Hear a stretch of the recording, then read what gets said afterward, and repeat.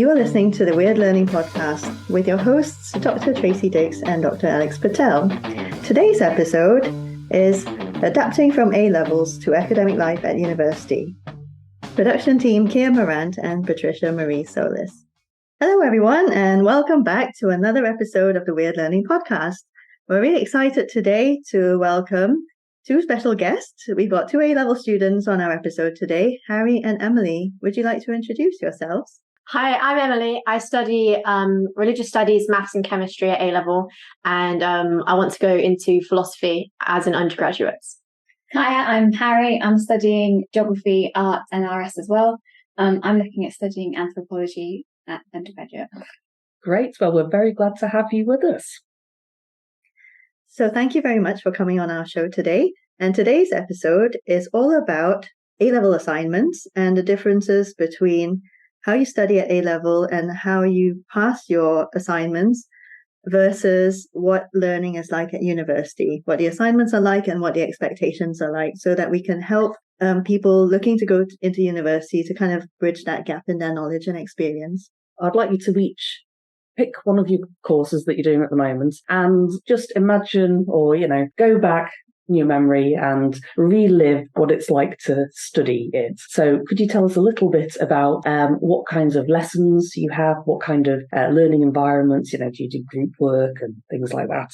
So I do two STEM subjects, maths and chemistry, and they're very different to my RS lessons. In my maths and chemistry, it's very much just learning facts on the board with the teacher, pretty much how it is at GCSE, and then doing like practice questions and things like that. Basically, the only difference between like maths and chemistry at GCSE compared to A-level is that the size of the classes and obviously the content, but learning it is relatively the same. Whereas with RS, it's much more group, like it's just a discussion. The entire lesson is discussing opinions and what you think about each philosopher's ideas or concepts. Okay, great. So what are the group sizes like? So in chemistry and RS, it's about 6-7 people, whereas maths is obviously quite a big class. So I think it's about 23, maybe something like that. But so it is smaller than GCSE, and I like that a lot more. It's much nicer to have a smaller class, and it feels like all of you actually care a lot more. And the teacher, it just works really well with the teacher because you get a lot more attention. So I really like that. Yeah, and I guess you're more accountable, aren't you? Yeah. You have to know what you're on about. You have to be able to answer questions. What about yourself, Harri? So in art, a lot of it is sort of just being given what you need to do. As long as you're on the right track, you've sort of left to your own devices to get it done and be responsible for having it completed on time. If you need help, you can obviously go to our teachers and they can peer over your shoulder to make sure you're not screwing up anything majorly. But a lot of that is sort of left on our own. Whereas with geography, it's quite a lot of just making sure we've got all the notes and all the case studies. So it is a lot of listening to our teachers and then turning that into answers and things. And that's usually what most lessons look like.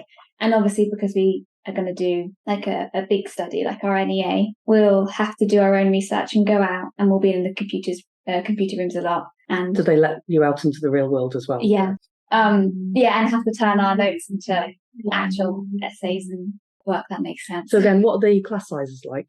Art only has about 6, and then geography is still quite small. It's just 16 of us. It's small enough to ask for help. So it sounds like you have to manage your kind of studies a bit, like your timings and your deadlines and things like that. Could you say a bit more about that? With art, the deadlines they're always a bit earlier than like exams. So you sort of have the very final ones will be quite close, but you'll probably be done with your art exam that halfway through doing your other ones, I think. So you've got to actually make sure that you're still studying for the rest of them and you're not putting too much effort in one. Like you can't be like, oh, I've got a test coming up next week, I'm just not going to do any art. You've got to make sure that you're being equal with them so you don't fall behind in anything. That's quite important. Yeah. But hard, but important. Yeah, sound like really useful skills. Yeah. Can then translate nicely for university, to be honest. Mm-hmm. Yeah, because Emily, you've talked about practice questions and preparing for exams, and that's something that we often recommend as well at university, isn't it? So for On modules where you have got exams, students often ask, like, how do we prepare for these? And, our answer is it's most effective to study by using practice questions, because you have to practice at formulating your answers to them. Emily, you mentioned about formulating answers, whereas I think a lot of students expect to learn everything, memorize it, and then somehow magically be able to apply that knowledge in an exam setting when you're under a time limit. So you've got that added pressure, and you've never thought about things a certain way before, and you're kind of piling on those expectations on yourself. So that's quite a lot to deal with at once. So shall we make a comparison to what studying is like at university? Mm-hmm. So quite often people talk about a couple of different metaphors. The first one is like, studying at school and college and A-level is a bit like learning to swim in a swimming pool, whereas going to university is a bit like taking what you know and using it to do wild swimming in the sea. And actually that's something that I do quite often. I love wild swimming. So it means that there's a lot of stuff that you do already in terms of your time management, you're preparing for exams, group discussions, things like that you can still adapt to university. So it's not completely unfamiliar, but you're now doing it in a bigger setting with more freedom. So you have to manage your own time a lot more. You are independent studiers now, and you can also decide what direction to take your reading a bit more, which hopefully means you enjoy it more, because instead of saying, oh no, do I really have to learn all about photosynthesis in this much detail? You can think, oh, well, actually, I want to know about the gendered research around photosynthesis, which female... Is there gendered research around I bet there is if you try hard enough. But, you might be looking into the work of female researchers on photosynthesis and what happened to them historically. The other metaphor is thinking of university a bit like a gym. So you pay your £9,000 subscription. That's a very year, expensive. and this gives you access to everything you need. But it's up to you how you choose to use it and how much effort you put in.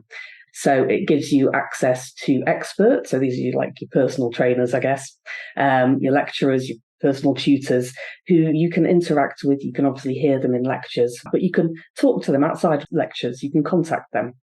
You obviously have your classes. So instead of it being spin classes or aqua aerobics, it's your lectures and your seminars. So you're expected to go to all of those pretty much. You decide how much you interact within those sessions.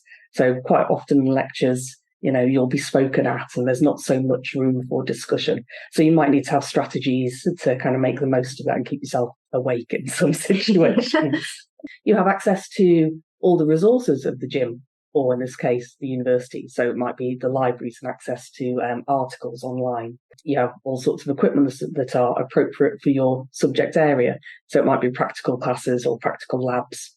But very much like a gym, it's about how much effort you choose to put in. Are you going there quite often? Or are you actually just going to the lectures and that's it and expecting the same results? Because obviously it's going to be different. And as I've said before, you also get to choose which bits you concentrate on. You can decide which areas that you want to kind of do the further reading in and which you're going to pursue. Do you have anything resembling lectures at the moment? No, that's what I'm most worried about, I think. Yeah. Because with RS especially, we all sit around a table, we push all the tables into the middle of the room and we have like a nice discussion about whether we like this philosopher or his ideas. Whereas lectures seem very intimidating. You're all just sat looking at this one person who's speaking at you for like an hour or however long. So I guess it's not really comparable. I don't know. How do you feel?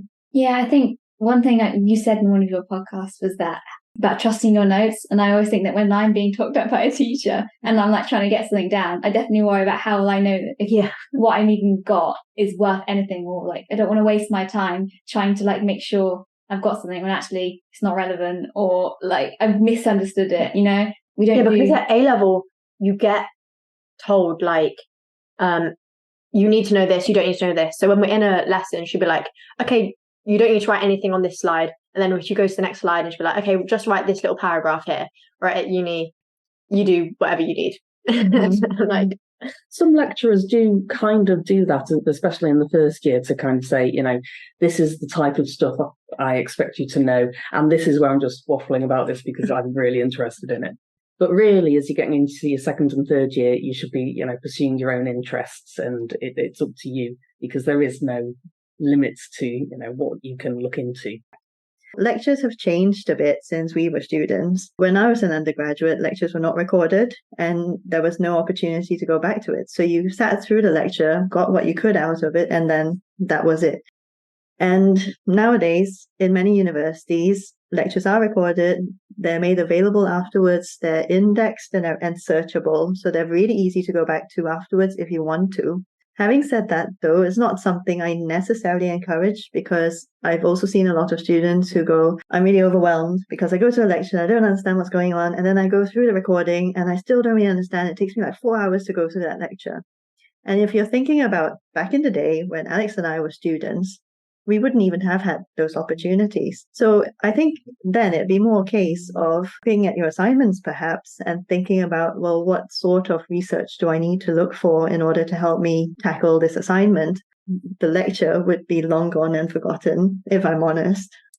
The danger nowadays is that people will go back to the recording and then annotate everything, like transcribe the entire thing. And that's not really learning, whereas you want to be actively engaging with knowledge. It goes back to what you were saying about regurgitating things, and that's not really what you want to do at university. And I think, the students who do this and get overwhelmed by lectures and their recordings have that sort of perfectionist attitude that I was talking about with you guys on your podcast, where they just think that in order to be working optimally as a student, or in order to do the best they can, they have to memorize everything or know everything that's in your lecture notes.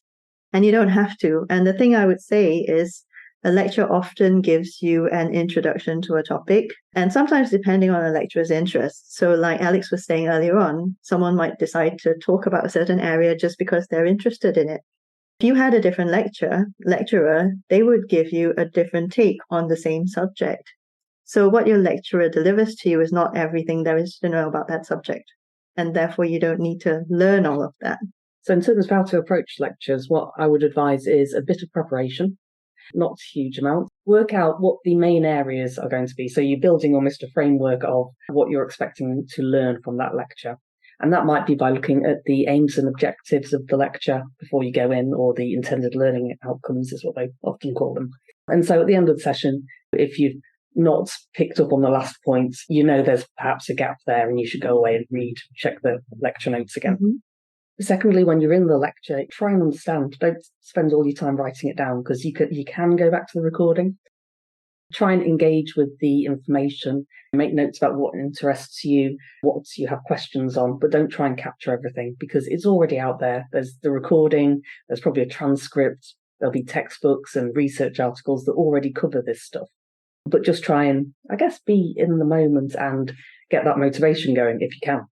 And then afterwards, you want to consolidate your knowledge around the lecture. So follow up on your notes, answer any questions that you had by looking into little bits of research. And that way, you're kind of repeating that knowledge. You're going back to it 3 times. So you've got your framework at the beginning, you've seen the lecture, and then you're refreshing it again in your notes. And then when you come to do revision, you might then be thinking about, well, how do I use this to answer exam questions? And so you're reviewing it again a 4th time. And hopefully it's got in there at that point. Hopefully you've learned it. A tip I have for making the most of lectures as well, might be quite obvious, but I would say sit close to the front, or at least, sort of at eye level, so you can see properly, you can hear the lecturer properly, but also there's that accountability because they can see you. Don't sit right at the back, because actually you're more obvious than you think to your lecturer, because they look up, they're speaking to a room, they will see the students at the back anyway. So there's no escaping them. But more than that, it just helps you to pay attention if everything is clear in the lecture. So, the little details count as well. Yeah. So lecture sizes can range from 30 to 600, depending on which subject area. So I think business courses quite often have a large cohort, and law actually is starting to get bigger numbers.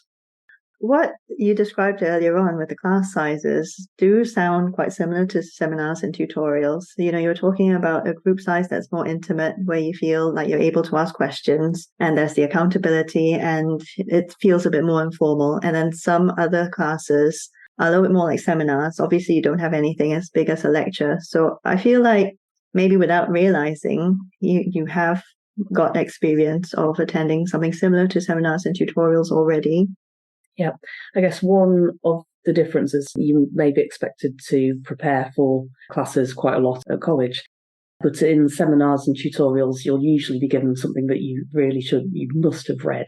And so, you just make sure you do that reading or whatever preparation is required, because you'll be expected to contribute to the discussion. And it's such an awful session if it's just the tutor leading the session, asks a question, puts a question on the table, and everyone just sits there and goes, "Don't make eye contact. I've not done any of the background reading."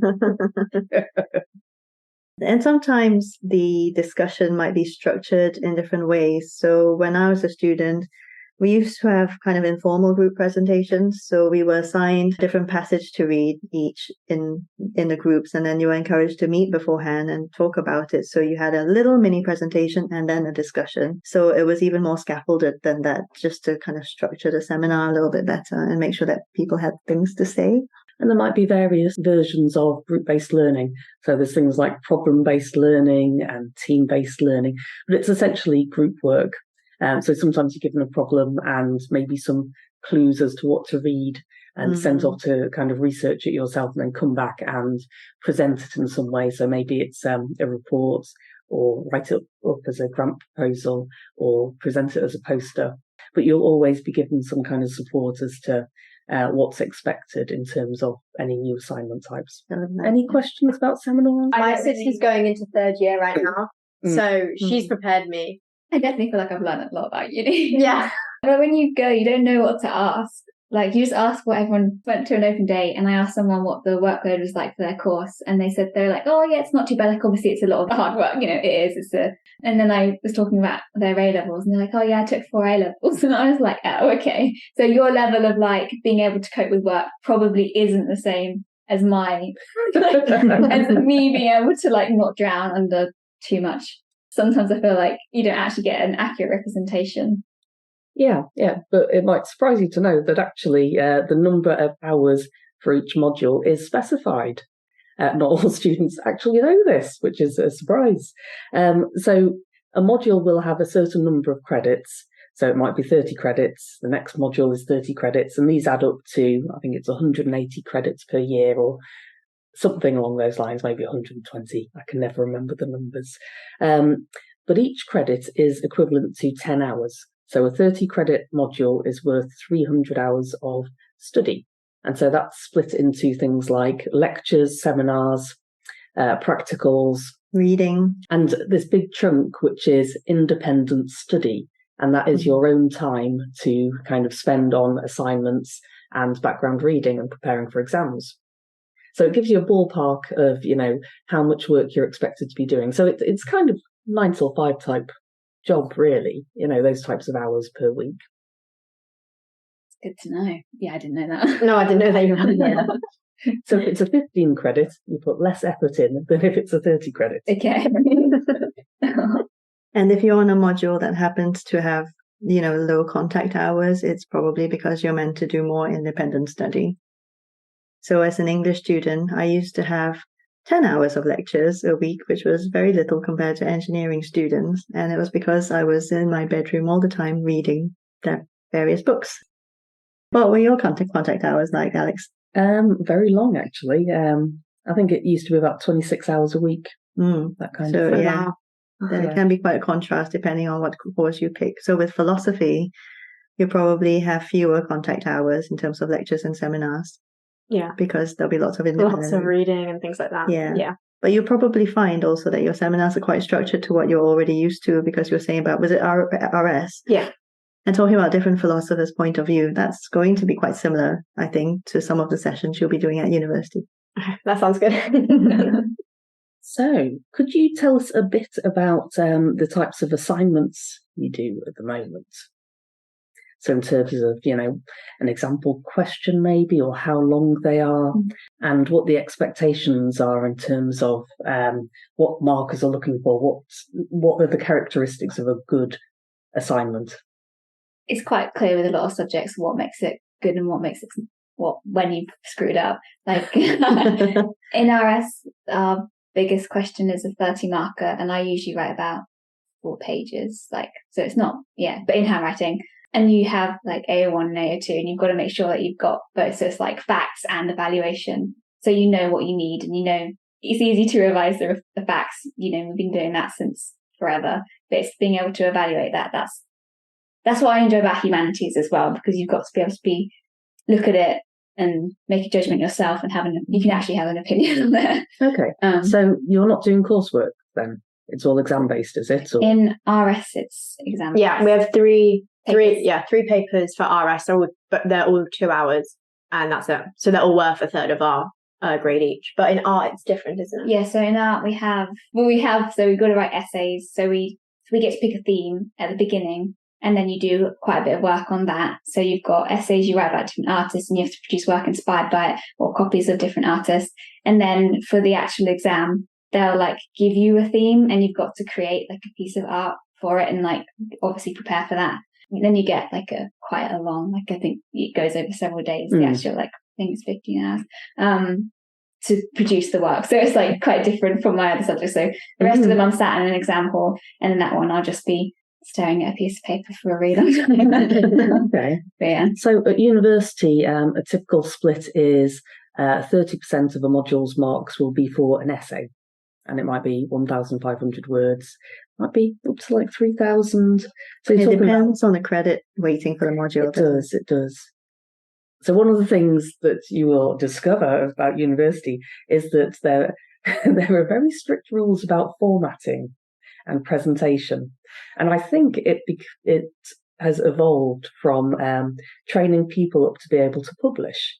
Because if you publish at a journal, they will give you, this type of font, this type of heading, it must be underlined like this, you must use these headings, don't use any italics or underline things in bold.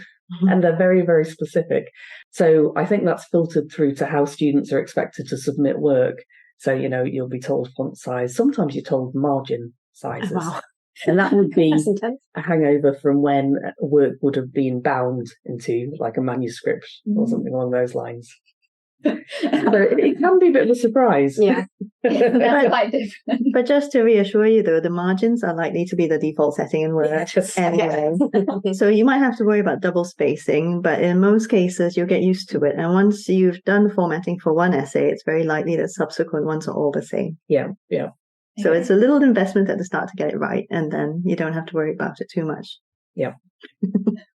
I worry about technology. I'm so bad at it. I just quite like having a piece of paper and just being able to write it. But at least you can correct your mistakes easily, because you're going to have to do editing as well, aren't you? So yeah, if you edit on a piece of paper, it'll be a lot more work than editing a typewritten piece of work. So that's 30% of a module mark. The other 70% is usually an exam. So that's at the end of the module or at the end of the year. Quite a heavy weighting, but I guess you're coming from it being 100% exam. So actually having a 30% essay mark in the bag already is quite nice in some ways. Mm-hmm. On the course that I did at uni, it was different. In my whole English degree, I was assessed by essays only. And I had one exam for linguistics, which anecdotally I got 52% for, and my mum was very disappointed because she said you had one exam to worry about because you'd not have done better in it. And my take was, well, I'm not good at exams, and that's why I chose a course that doesn't have them. So just tangentially, that might be one thing you might want to think about as well, is how are you going to be assessed? So expectations at university will be quite clear. It'll be set out in a rubric or a marking criteria. So it's really important to get hold of one of these and kind of work through it and understand what it means. A marking criteria is what you need to perform for each grade boundary. For a first class mark, you need to demonstrate independent reading. And evaluation of resources. Yeah. Excellent standard of criticality. Coming up with ideas, no errors, good understanding of the subject area. Rubrics, on the other hand, take that type of information but break it down into more detail. So it might say, looking at a certain assignment, you will have an introduction, a methods, a results, and a discussion. In the introduction, we expect to see this, and these are the types of marks you'll get for it, 10% for this and whatever. And the same for the other sections. Or it might be split down into things like the learning objectives. So we want students to be understanding the information. If they totally understand it, they get 10% for this. If they demonstrate good critical analysis and evaluation, they get 25% for this, that type of thing. And so it breaks down the mark in different ways. So it's really important to have a look at those. So you can use it to assess other examples of work. So you can look at it and play around with maybe something that's been published and say, how do I think this measures up to it?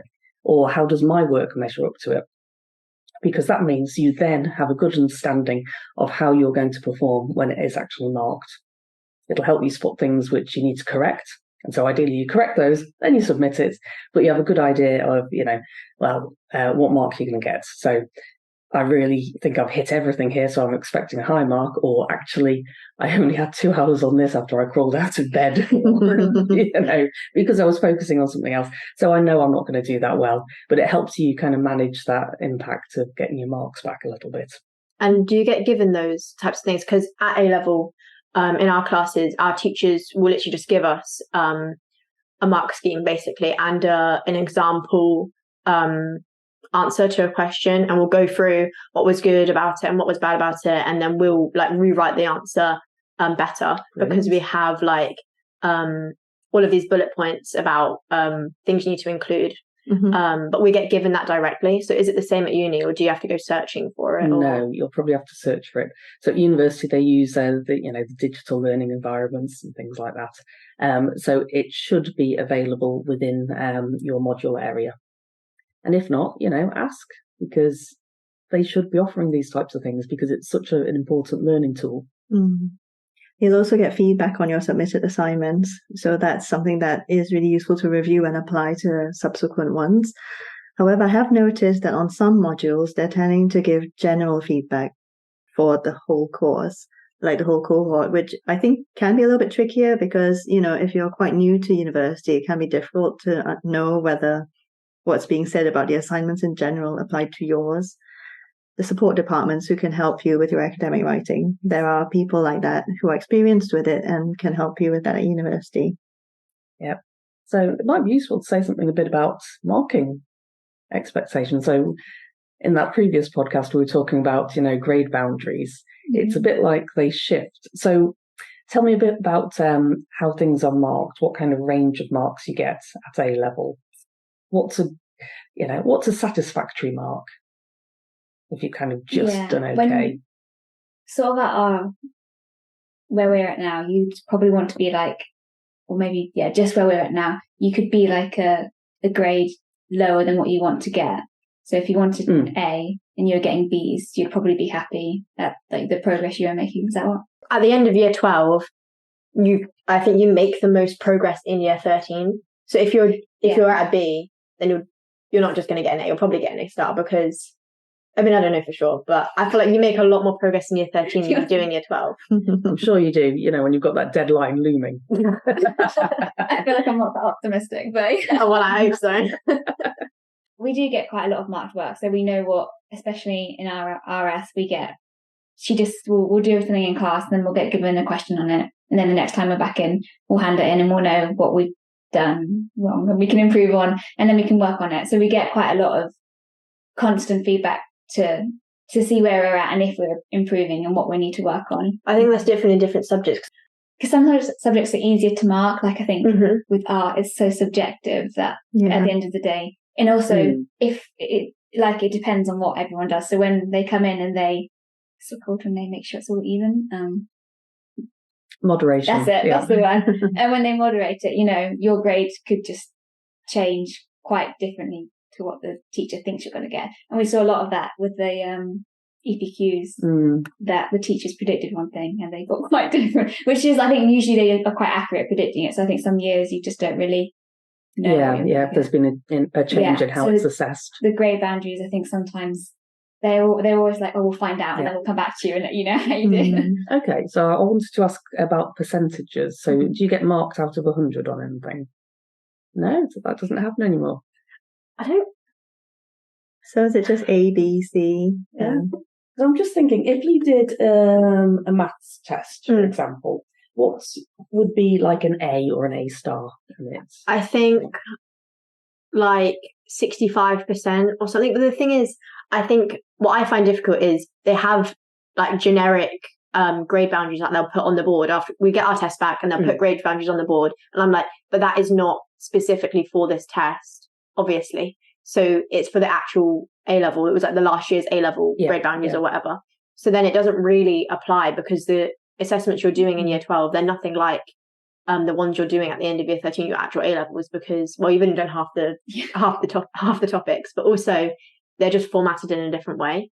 Okay. In maths, especially. Yeah, I think they just give us the closest to what they think would be accurate, and then that's what they judge. So it's like based on their like years of teaching and what they think. Okay, that's fair enough. usually, that's what I sort of. But I think in RS with essays, it's a bit different. I think they have there's levels. Remember, there's obvious things that if you didn't include something, you wouldn't get higher than that much. So if you didn't include a conclusion, you might get capped at a certain grade. Yeah. So then you wouldn't be able to progress. And then obviously that's... So they'd put you, I think, say you'd get, there's 4 levels or something like that. And you get put right in the middle of the level. And then they say, are you a good level 4 or a bad level 4? Or are you something like that. So then that's how you get your actual mark. Okay.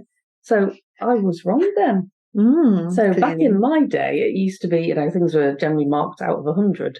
And so good students would be getting in the top end of that, like 80%, 90%. And so when those students went to university, it felt like a bit of a shift. I just got grades at A levels. So I got 2 C's and a D. And I think that was based on a certain percentage range. So like a C might have been like 50 to 60%, say, but then they didn't give you the exact percentage. They just gave you the grade. Yeah.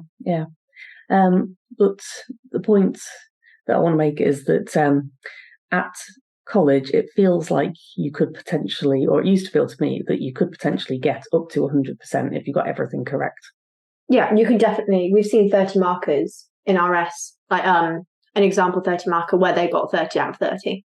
Yeah, we always say to our teachers that we're just a bit difficult, I think. We're like, but did they get that one in the whole of their paper? We're like, we always want to know whether that's just like, they've done really well on this question, they screwed up. Like, because they spent their entire 2 hours on the 30 mark question. The only thing that annoys me is like, I want to see their whole paper. Did they do well across the board? Or did they do well? That's the only thing I was like, suspicious. But yeah, I think when the actual A levels, when you get tested, it's like the percentage you'll get, like a certain amount, obviously get higher. But when we do it in school, I think if we do like an end of term, they'll look at the year before and what they got, and then put us into those grades. I think that's the thing. Okay, so at university, you get marked out of 100 in some ways. However, it's impossible to get 100%. It's not applied in the same way. If you're doing a quiz or a maths test, it's probably different. But when you see marking criteria, it'll have anything less than 40% is a fail. Anything between 40 and 50% is a third, which is could do better. Was it? No, am I getting it right? No, that is because 40 and 50. 51 to 60 is a 2-2, second lower class. Yeah. And then 60 to 70 is a 2-1, and then anything above 70 is a first. So anything above 70% is considered pretty damn amazing. But very few people get firsts. You're talking about a very small fraction. 10, 20% I would say. Oh, wow, really? So only if you, so basically the majority of people will get between that 50 to 60. No, 60 to 70. No, 60 to 70. Yeah. But then another big chunk will get the 50 to 60, which is the 2-2, the 2-2 and the 2-1.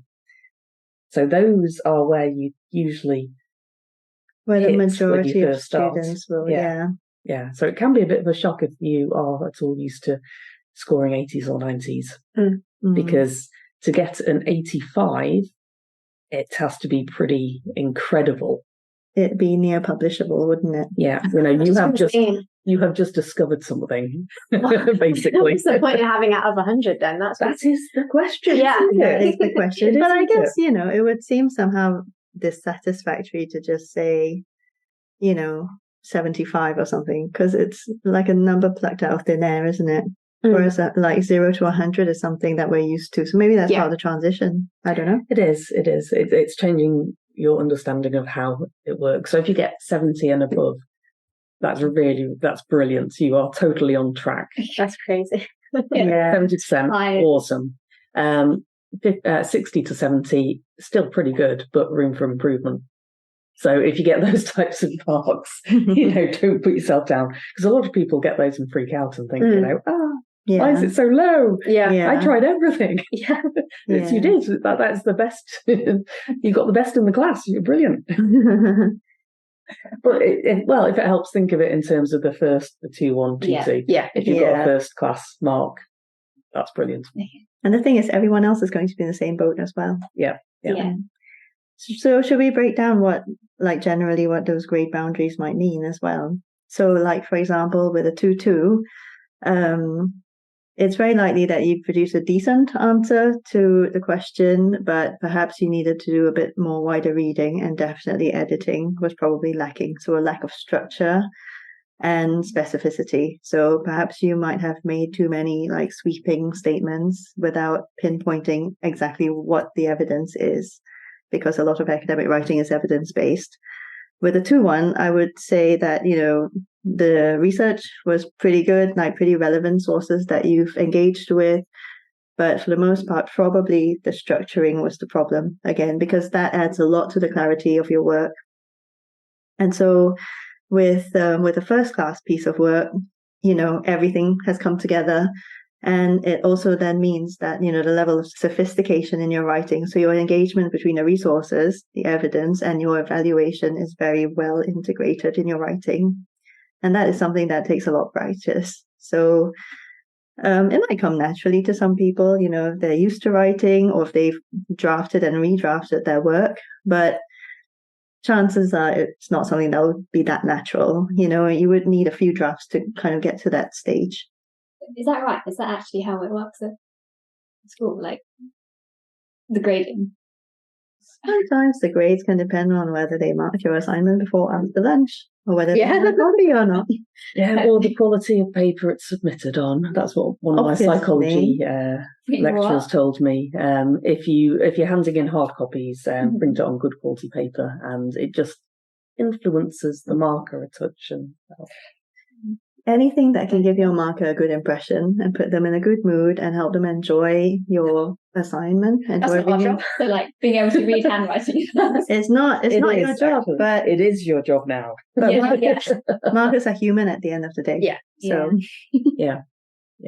I think that's why those guidelines for publishing came about, because imagine if people submit manuscripts with all different types of paper, things that have gotten wet or coffee spilt on it, or a font that you can't read, or the cartridge wasn't working and it was kind of faded. That would be pretty frustrating, wouldn't it? Yeah. So you wouldn't be able to ensure a fair review of someone's submission. Yeah. Okay. So during your A-level studies, if you do have any problems, you don't understand something, or you don't understand how to approach an assignment or something, what do you do with that?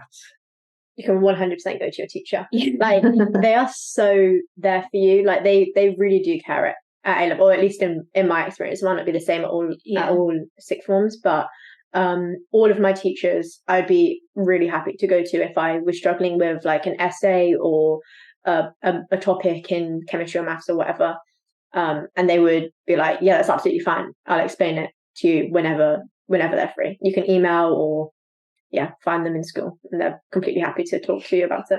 Sometimes they'll give you a way longer answer than you necessarily, especially when they're a lot of my teachers are quite passionate about their subject. They're happy they're teaching it for a reason. So if you ask, they'll want to give you an answer. And they want you, if we get set an essay in philosophy, for example, she wants us to understand the topic. So if I don't understand the topic, I can't write an essay on it. So I can go to her and she'll reteach the whole thing in a quick manner. But they care a lot. Yeah. I think the only time I feel they're like, oh no, is because sometimes they're just busy. That's the only time when it feels difficult. Yeah, especially at A levels. Some of them, because some of the sixth form staff are also like have higher roles in the school. So that's sometimes when it feels a bit like, oh no, they need to go, you know, off and patrol the corridors for Year 7 students vaping in the toilet. Exactly right. Yeah, but there's also just like, because we've known, I mean, our sixth one's pretty small, but we've known most people since like year 7. So there's plenty of group chats and someone's probably lost. And there's always that student who's got all the notes. So like, because you know everyone and it's quite like, we were all in the study centre together, you could literally turn to the table next to you and be like, does anyone know what was happening? Does anyone have the textbook? Yeah, literally. You just because you're all there, and if you're in the same subjects, you've probably got the same frees and stuff. So that helps. So you can just be like, what's the work? What's the homework? That's quite convenient. So you can kind of cultivate that at university as well. You know, get yourself a group of people, like-minded people, and, you know, go to the library and do some form a study work. group. Yes. And discuss issues, have, you know, philosophical debates together and stuff. That sounds good. Yeah.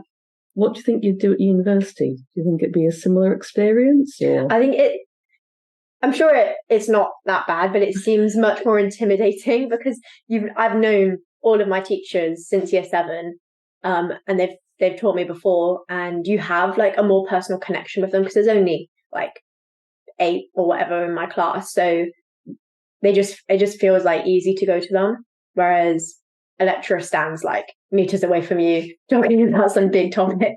It just feels a lot more intimidating to email them or go to their office.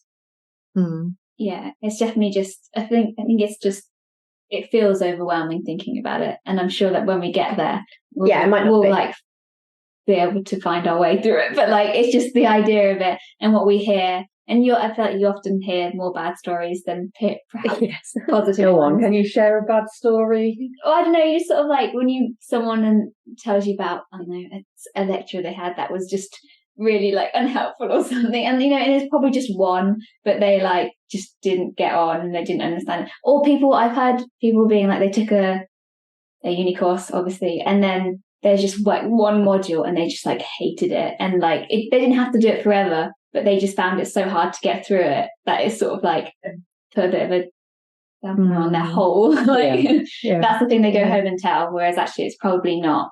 And they probably had a great time at uni. Yeah. Like, of course they did. Hopefully, anyway.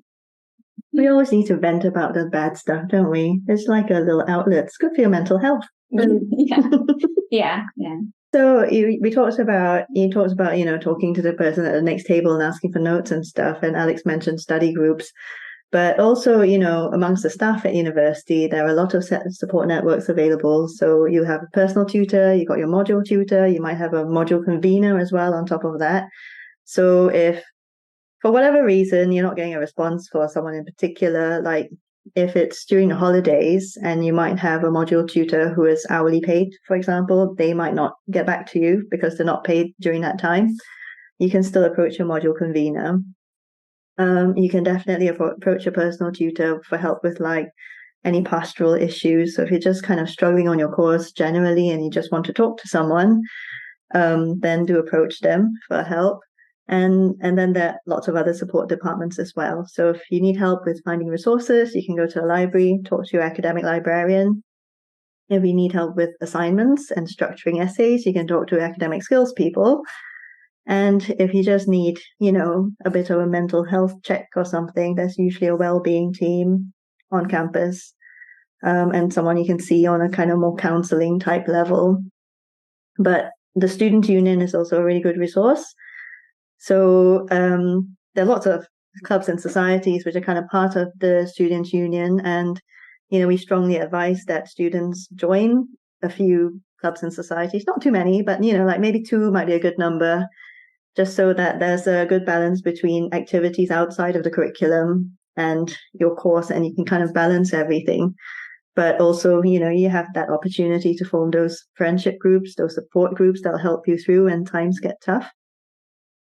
But the student union has advisors who can also help you with curricular-based questions as well. So if you're having any problems with your course, with completing assignments or anything like that, they can advise you on how to submit an application for mitigating circumstances. So for example, if you're ill or something happens at home, or if you want to appeal a grade, So the process does vary between universities, and there are usually a lot of rules and regulations around it. And where we work, you can't appeal a grade just because you're unhappy with the mark you got. So there has to be a good reason for it. But the Students' Union would be able to advise you on official matters like that, but also support you with, pastoral things too. Yeah. Yeah. And I guess it depends as well on the question type. So if it's something factual, quite simple, such as when's the deadline for such and such, where do I go for this? That information is likely to be made available in the digital learning environment. So it's a good idea to look for it first and then talk to some of the other people on your course and see if they found it. Maybe the school office or, the admin team that supports the course. But you can imagine if it's a lecture on a course of 600 students and half of them email to say, what's the deadline for this? They can get a little bit touchy about that. So, use that resource carefully. So it's more if you have more complex questions. So if it is a mitigating circumstances situation, or if it's something about the topic area or finding something in terms of background reading about the subject, then you might approach the tutor. Quite often, lecturers actually do like it when people come up at the end of the session and ask them a question. Or maybe go out into the corridor with them and ask the question, because usually you have to get out of the lecture theatre for the next class. But, most lecturers are really passionate about what they teach and would like students to be passionate about it too. But also I think they like that feedback. It's like, how did this land for the students today? You don't get much feedback in a lecture because it's a sea of faces. So having that kind of human contact is quite useful for them as well. Okay, so I think our final area that we want to look at is how is knowledge treated? What do we mean by knowledge? So I'll start with the question of what do you think a fact is at A level?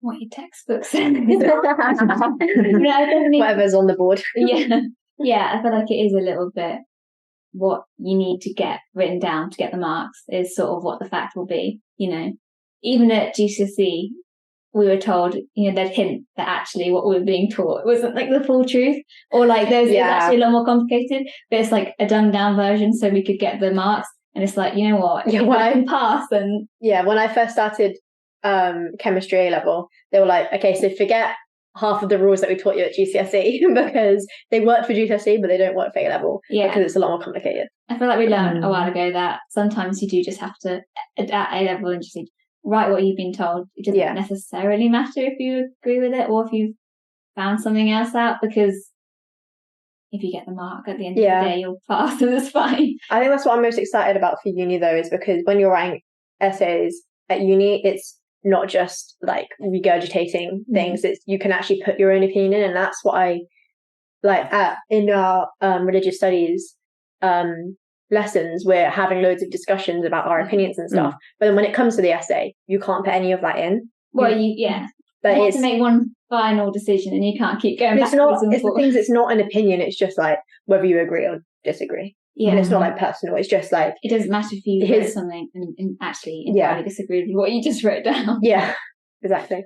But I think what you said that I thought was interesting is that only really not as many subjects do evaluate things. Like if you're taking a STEM subject, from what I've heard, you just write down anything. So having to go into uni and then write an entire essay and make judgments and evaluate lots and lots is it's got to be quite a big jump in the way you're sort of getting marked. Yeah, but you can take it in quite a gradual way. Okay, that's good. But no, you're exactly right. There's a shift from, thinking of knowledge as being, the truth, the facts in this textbook. This is just how the world works. It's more complex, not surprisingly. It's more fluid, isn't it? It is, because, over time, research changes. What people accept as being the truth of how something is change.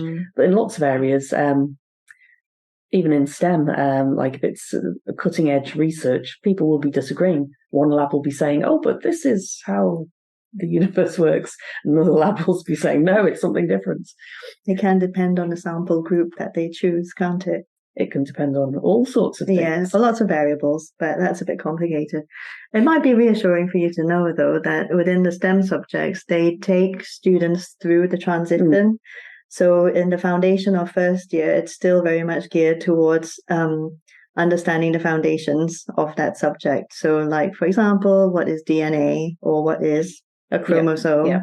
That kind of level before you get to the, more evaluative side of things with research articles and then on to formulating a research project or dissertation in your final year, which is when it gets really exciting, because that's when you get to take things in your own direction and really explore your own interests over a number of months.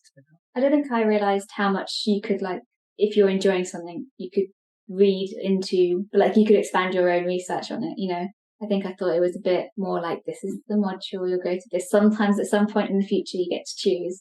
I don't think I quite realised how. I mean, I think it can depend a little bit. There are several factors, so it can depend on the discipline. I mean, some disciplines are naturally more kind of open to that sort of thing. So, for example, if you're studying media studies, then even the resources that you'll be using are going to be a lot more diverse than in STEM subjects, which will be more kind of research papers based on experiments and stuff like that. Whereas if you're doing media studies, then you can go and look on Twitter and you can look on Instagram, obviously for very serious purposes.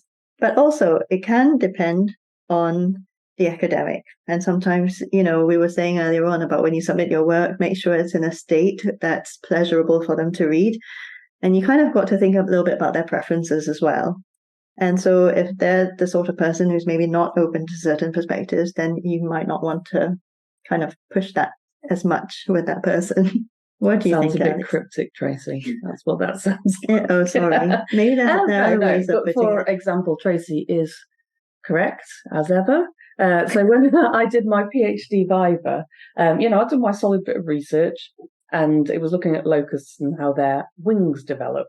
And I rediscovered a fact that, it had already been documented, but people had forgotten about it, that partway through their growth, the wings rotate on themselves, they flip round in position. And in my PhD viva, we had this expert about locusts and neurobiology come up from Cambridge, and he said, I don't believe that. That's, I don't believe your research.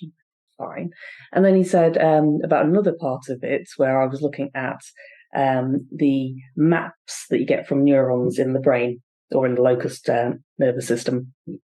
And he was saying, yes, but you should focus more on this and expand this section, purely because that was his research area.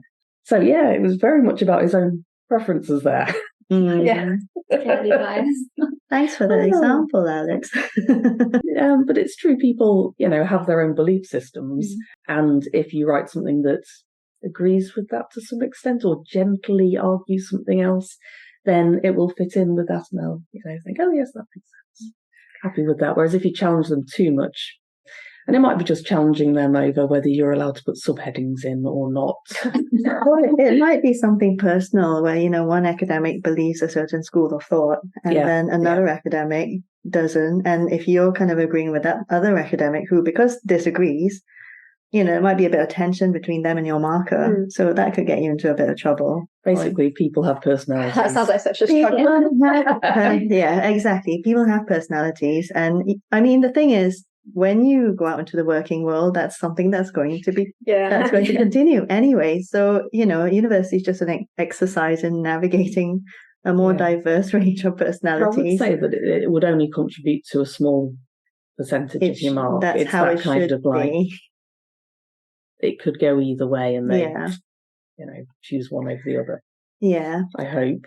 And this might be quite controversial, but I do find sometimes, with researchers, because they're so engrossed in very specific fields of research that they can't, it's almost like you cannot see the wood for the trees. And so when you make another suggestion, for example, around research bias, or like, what if you investigate this? And they're just like, no, this has been proven. We're here, we're not going there. And I can see that quite a lot with some academics, just because that is the world they're in. Yeah. What kind of level? Undergraduate? First year, second year, third year, masters? Oh, no, undergrad. I mean academics, like published academics who are teaching. I think with the role that we're in, students tend to be quite open to advice, especially if they've sorted it out themselves. So I don't tend to have issues on that front with the kind of being a little creative and reading more broadly around the subject. Most are quite happy to do that. Yeah. Okay. So going back to the part about, what is knowledge? And you were talking about, it's not just kind of like the regurgitating or repeating facts from A level. There's something called Bloom's taxonomy, which is very sad to know about. It's a way of thinking about different types of thinking skills. And so at A level, you're looking at recall and understanding and kind of demonstrating that in an exam or an essay. At university, you're starting to progress to more complex thinking skills, which, you're doing already. It's just you're not allowed to in your assignments, which is, interesting. So it's things like applying ideas, theories to different contexts, so case studies, things like that, analysing data or case studies, evaluating arguments, research, ideas from other people, and then creating your own and arguing those. And those are the types of things that you'll be starting to do at university. So you guys looked a little apprehensive when Alex said creating your own. And it's not as intimidating as it sounds, because it's going to be built upon all those other levels in Bloom's taxonomy. So it'll be based on existing knowledge, and you're just either, integrating 2 points of view and kind of imposing your own on it or something like that. So it's a bit more supported than that. So it might, it's actually, quite simple in many ways. So it could be linking two things, that's creating new knowledge, things that weren't linked previously. It could be taking one idea that, is thought of in this area and applying it to something completely different, which is new. Again, it's creating new knowledge. Some of this stuff can be quite easy. Yeah, and like in the arts, for example, one of my friends, her PhD was on productions of Taming of the Shrew. And so if you think about productions, they're always new productions of certain plays. And so the reviews would have been done up to a certain point, but not taken into account like the newer productions. So that was where the new knowledge part came in, because she was reviewing as yet unreviewed productions of the Taming of the Shrew. So it's not as intimidating as you might think. Can be fun. In fact, it should be. Yeah, it should be fun. And you'll be very well supported with it at university. Yeah. And again, that's something that our little podcast, Wyrd Learning, and the courses that we kind of run kind of deal with as well. So if this episode is useful to you, do tell your friends about it and subscribe to our podcast so that you don't miss future episodes. And, if you find it particularly helpful, please review it as well, because that helps us to create new content and know what people like and find really useful. Thank you very much for joining us. Thank you. I'm sure our listeners will have found that very insightful. We definitely did. The experiences from A level. And good luck to you in your future, in your year 13. Thank you so much. Thank you for listening to the Wyrd Learning podcast with your hosts, Dr. Tracy Dix and Dr. Alex Patel. Production team, Keir Morant and Patricia Marie Solis. Music by Defects Machine from Pixabay.